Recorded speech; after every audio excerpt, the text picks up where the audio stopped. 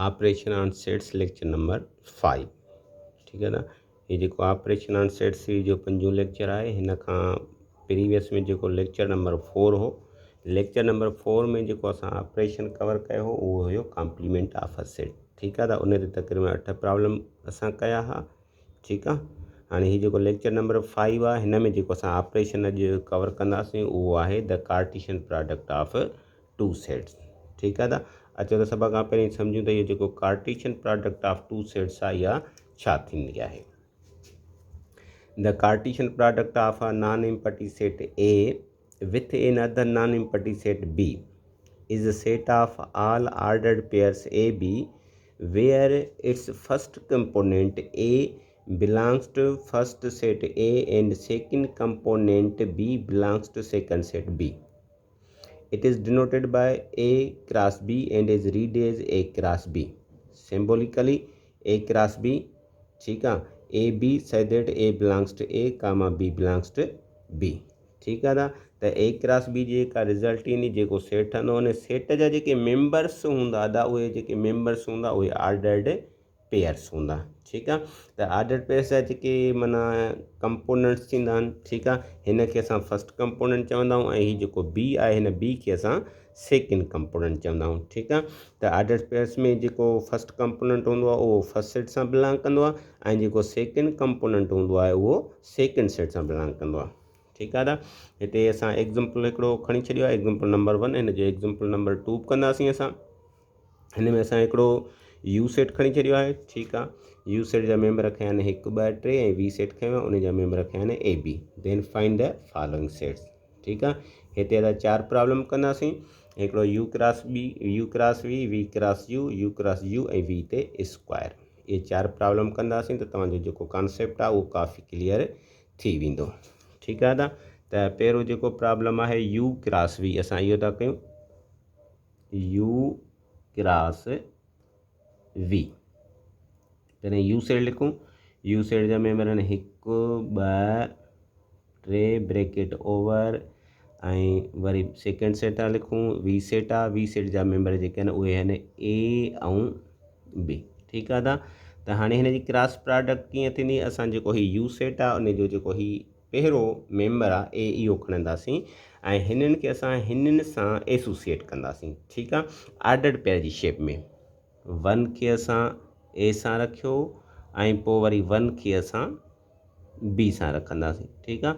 उन खां पोइ असां 2 खणंदासीं 2 खे असां ए सां रखियो वरी 2 खे असां बी सां रखियो। उन खां पोइ असां 3 खयूं 3 खे असां ए सां रखियो ऐं 3 खे असां अदा बी सां रखे छॾियो। ठीकु आहे। त हिन में जेके टोटल ऑर्डर्ड पेयर अची विया उहे घणा अची विया उहे अची विया 6। ठीकु आहे। त यू क्रॉस वी में जेको नंबर ऑफ ऑर्डर्ड पेयर्स आहे उहो कीअं मालूम कबो आहे उहो आउं साइड ते लिखां थो यू क्रॉस वी। ठीकु आहे। त हिते असां ॾिसूं पिया त जेको number of elements in set U set में जेको नंबर ऑफ एलिमेंट्स हो how many elements were there in set U त उते अदा 3 मेंबर्स हुया ऐं जेके वी सेट में मेंबरनि जो तादादु हो उहो हुयो अदा 2। ठीकु आहे। त number of elements in U cross V this is equal to number of elements in U ज़रबिया number of elements in V. ठीकु आहे। त यू में जेके मेंबर हुआ उहे 3 हुया ऐं जेके वी में मेंबर हुया 2 हुआ। ॿिनि खे 3 सां ज़रब कंदासीं त जवाबु अची वेंदो 6। इट मीन्स हिन में जेके टोटल ऑर्डर पेयर्स असांखे मिलणा उहे 6 मिलिया। ठीकु आहे। हीअ स्मॉल ब्रैकेट आहे ऐं हीअ हुनजे ॿाहिरां मिडिल ब्रैकेट आहे। हीअ यू क्रॉस वी थियो। उन खां पोइ ॿिए नंबर ते वी क्रॉस यू आहे वी क्रॉस यू। ठीकु आहे। त हाणे पहिरें असां वी सेट था लिखूं। वी सेट आहे ए बी ऐं क्रॉस उन खां पोइ यू सेट था लिखूं। यू सेट आहे 1 2 3 1 2 ऐं 3। ठीकु आहे। त हाणे हिन जेको वी क्रॉस यू में टोटल ऑर्डर पेयर्स केतिरा ठहंदा। ठीकु आहे। त number of elements in V is equal to 2 and number of elements in U is equal to 3। Number of elements in U cross V this is equal to number of elements in U ज़रबिया number of elements in V. ठीकु आहे। त U set में जेके member आहिनि उहे आहिनि अदा 3, ठीकु आहे। ऐं वी में जेके मेंबर आहिनि उहे वी में मेंबर आहिनि 2, ठीकु आहे। त ही टिडूं वंस अगेन ही 6 ठहंदा, ठीकु आहे।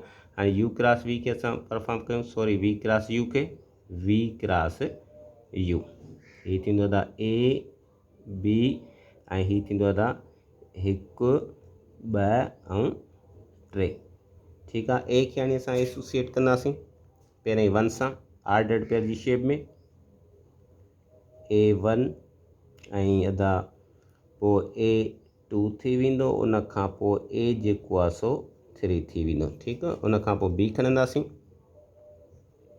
B1 थी वेंदो ऐं जेको B आहे उहो वरी 2 सां एसोसिएट कंदासीं ऐं वरी B खे असां एसोसिएट कंदासीं 3 सां। उन खां पोइ हिन खे असां और करे छॾींदासीं। हिन में आर्डर पेयर्स केतिरा ठहिया, हिन में बिल्कुलु 6 ठहिया हूंदा, 1 2 3 4 5 6।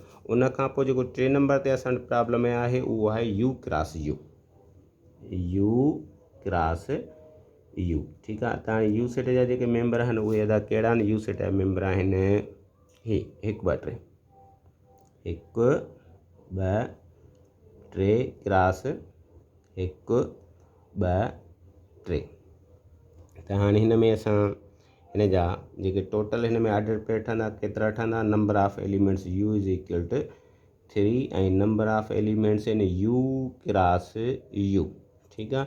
त ही थींदो नंबर ऑफ एलिमेंट्स यू ज़रबा नंबर ऑफ एलिमेंट्स यू, त हिन में अदा 3 3 सेट आहिनि, त ही थी वेंदा वञी 9, ठीकु आहे। त हाणे जेॾीमहिल असां यू क्रॉस यू कंदासीं, ठीकु आहे। त हाणे U cross U, U cross U ही थींदो वञी अदा 1 2 3 ऐं वरी अदा ही 1 2 3 1 2 3, ठीकु आहे।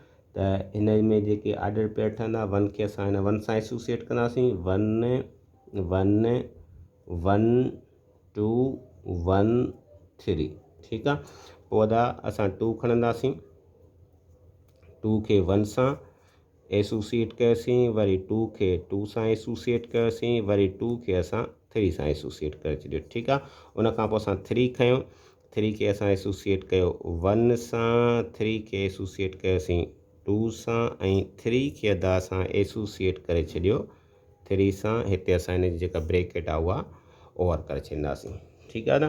त हाणे हिन खां पहिरें जेकी हीअ ॿ प्रॉब्लम आहे, हिकिड़ो हुयो अदा यू क्रॉस वी ऐं ॿियो वी क्रॉस यू, ठीकु आहे। इन जे रिज़ल्ट्स ते तव्हां जेॾीमहिल गौर कंदव त हीअ जेका रिज़ल्ट हुई उहा यू क्रॉस वी जी ही ऐं हीअ जेका रिज़ल्ट हुई उहा वी क्रॉस यू जी ही, ठीकु आहे। ॿिन्हिनि जी जेके रिज़ल्ट आहिनि जनरली जेके आहिनि उहे डिफरेंट ईंदियूं, यानी U cross V is not equal to V cross U generally,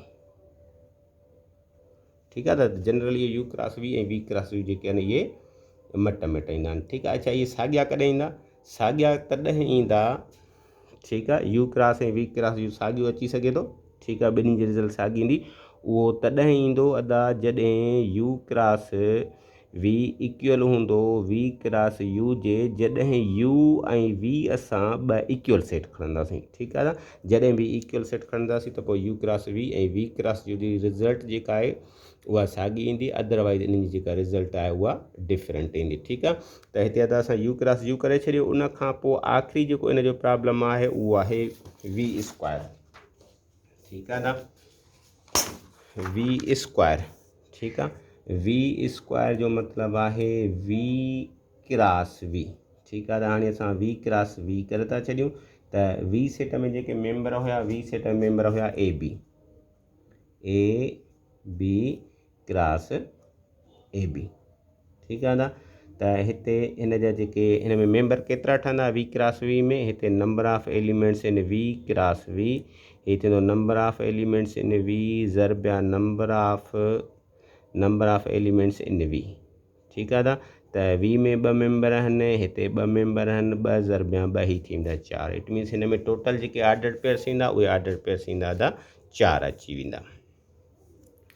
त हाणे असां हिते ए खे ए सां एसोसिएट कंदासीं, ए खे ए सां एसोसिएट कयोसीं, वरी अदा ए खे एसोसिएट कंदासीं बी सां, पोइ ही बी खणंदासीं, बी खे एसोसिएट कंदासीं पहिरीं अदा ए सां ऐं पोइ वरी बी खे असां एसोसिएट कंदासीं बी सां। हिन मिडिल ब्रैकेट खे ओवर करे छॾींदासीं। ठीकु आहे दा, इहो एग्ज़ाम्पल नंबर 1 हो जंहिंजा असां 4 एग्ज़ाम्पल करे छॾिया। ठीकु आहे, हाणे एग्ज़ाम्पल नंबर 2 आहे जंहिंमें असां प्रॉब्लम कंदासीं। हीअ एग्ज़ाम्पल नंबर 1 में असां 4 प्रॉब्लम्स कया।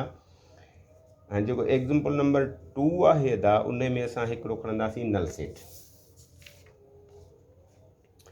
त हाणे जेकॾहिं असां ए सेट था खणूं, ए सेट जा मेंबर था खणूं असां, ही ए सेट आहे। ए सेट जा मेंबर खणी छॾिया असां ए बी सी ऐं हिते जेको बी सेट आहे, बी सेट जा मेंबर असां था खणी छॾियूं A B C. It means हिते मूं 2 इक्वल सेट खया आहिनि, ए ऐं बी जेके आहिनि उहे इक्वल खणी छॾिया अथमि। ऐं हिते जेको सी आहे, सी खे असां खणी था छॾियूं नल सेट। ठीकु आहे दा, त हाणे हिन में जेका असां प्रॉब्लम कंदासीं उहे 3 प्रॉब्लम कंदासीं। ठीकु आहे, हिकिड़ो ए क्रॉस बी कंदासीं, उन खां पोइ अदा असां बी क्रॉस ए कंदासीं, उन खां पोइ असां जेको आहे ए क्रॉस सी कंदासीं। ठीकु आहे, त सभ खां पहिरियों अचो असां ए क्रॉस बी था कयूं, ए क्रॉस बी। ठीकु आहे, ए सेट हिते आहे अदा ए बी सी ऐं बी जेको बी सेट आहे उहो बि आहे ए बी ऐं सी। ठीकु आहे, त हाणे 3 मेंबर हिन में आहिनि, 3 मेंबर हिन में, मीन्स हिन में जेके टोटल ऑर्डर पेयर्स ठहंदा उहे ठहंदा 9। ठीकु आहे, हिन जी क्रॉस प्रोडक्ट करे वठूं। ही ए खणो, हिनखे टिनी एलिमेंट सां एसोसिएट कयो separately in the shape of order pairs A B ऐं ए सी। उन खां पोइ अदा ए बी खणंदासीं, बी खे एसोसिएट कयो बी सां, बी ऐं बी खे एसोसिएट कयो सी सां। उन खां पोइ अदा हीअ असां सी खणंदासीं, सी खे टिनी सां एसोसिएट कंदासीं, सी ए ऐं सी बी ऐं पोइ अदा ही थींदो वञी असांजो सी सी। इहो ए क्रॉस बी थी वियो। हाणे असां बी क्रॉस ए कंदासीं, बी क्रॉस ए। त पहिरें असां बी सेट था लिखी वठूं अदा, बी सेट आहे ए बी सी ऐं ए क्रॉस बि साॻियो आहे, छाकाणि हिते असां 2 इक्वल सेट्स खणी छॾिया आहिनि।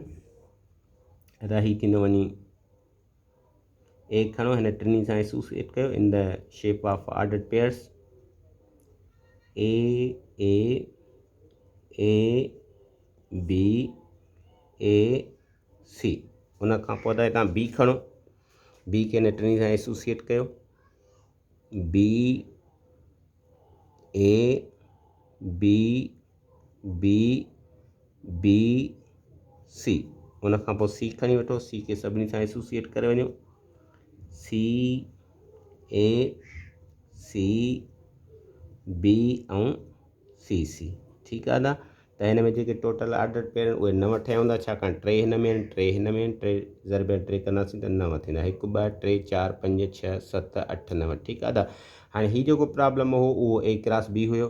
ठीकु आहे, हिनखे जेकॾहिं असां 1 जो नालो ॾेई छॾियूं ऐं हीउ जेको हो इहो बी क्रॉस ए हुयो। ठीकु आहे, हिते तव्हां रिज़ल्ट ते गौर कयो, जेका नंबर 1 में रिज़ल्ट आई आहे, जेको सेट ऑफ ऑर्डर पेयर्स ठहियो आहे, ऑर्डर पेयर जो सेट ठहियो आहे, ऐं हिते बि जेको ऑर्डर पेयर जो सेट आहे, इन ॿिन्ही ते गौर कयो। ठीकु आहे, त तव्हां ॾिसंदा त जेको 1 में सेट ठहियो आहे ऐं जेको 2 में सेट ठहियो आहे उहो जेको सेट आहे बिल्कुलु साॻियो आहे। त here we can say that A cross B is equal to B cross A. ठीकु आहे त जनरल त ए क्रॉस बी जेको आहे उहो बी क्रॉस ए जे इक्वल न ईंदो आहे, हिते इक्वल आयो। ठीकु आहे त इहो इक्वल तॾहिं ईंदो जॾहिं असां 2 equal set खणंदासीं।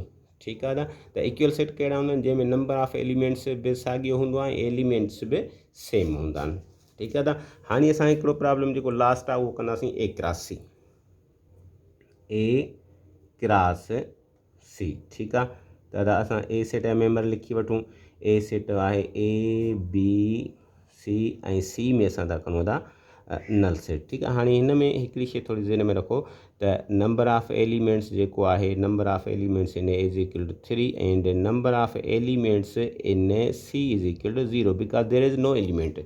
If there is no element then we can say that there are 0 elements in set E. ठीकु आहे, then how many elements will be there in A cross C, number of elements in A cross C, number of elements in A cross C. The number of elements in A cross C will be equal to number of elements in A multiplied number of elements in C. There are 3 elements in A and there are 0 elements in C. ठीक है, तो जॾहिं असां 3 जी 0 सां multiplication कंदासीं त result अची वेंदी 0. इट मीन्स हिन में 0 एलिमेंट्स ईंदा. 0 एलिमेंट्स जो मतिलबु आहे त एलिमेंट को बि न हूंदो, को बि एलिमेंट न हूंदो त जेका असांजी क्रॉस प्रोडक्ट आहे उहा अची वेंदी नल सेट. ठीकु आहे. तव्हांखे ज़हन में ॻाल्हि इहा सेव रखणी आहे त जॾहिं असां हिकिड़ो नल सेट खणंदासीं, ठीकु आहे, ऐं उनजी कंहिं सेट सां जेॾी महिल असां क्रॉस प्रोडक्ट कंदासीं त उनजी जेका क्रॉस प्रोडक्ट आहे उहा हमेशह नल सेट अची वेंदी. ठीकु आहे.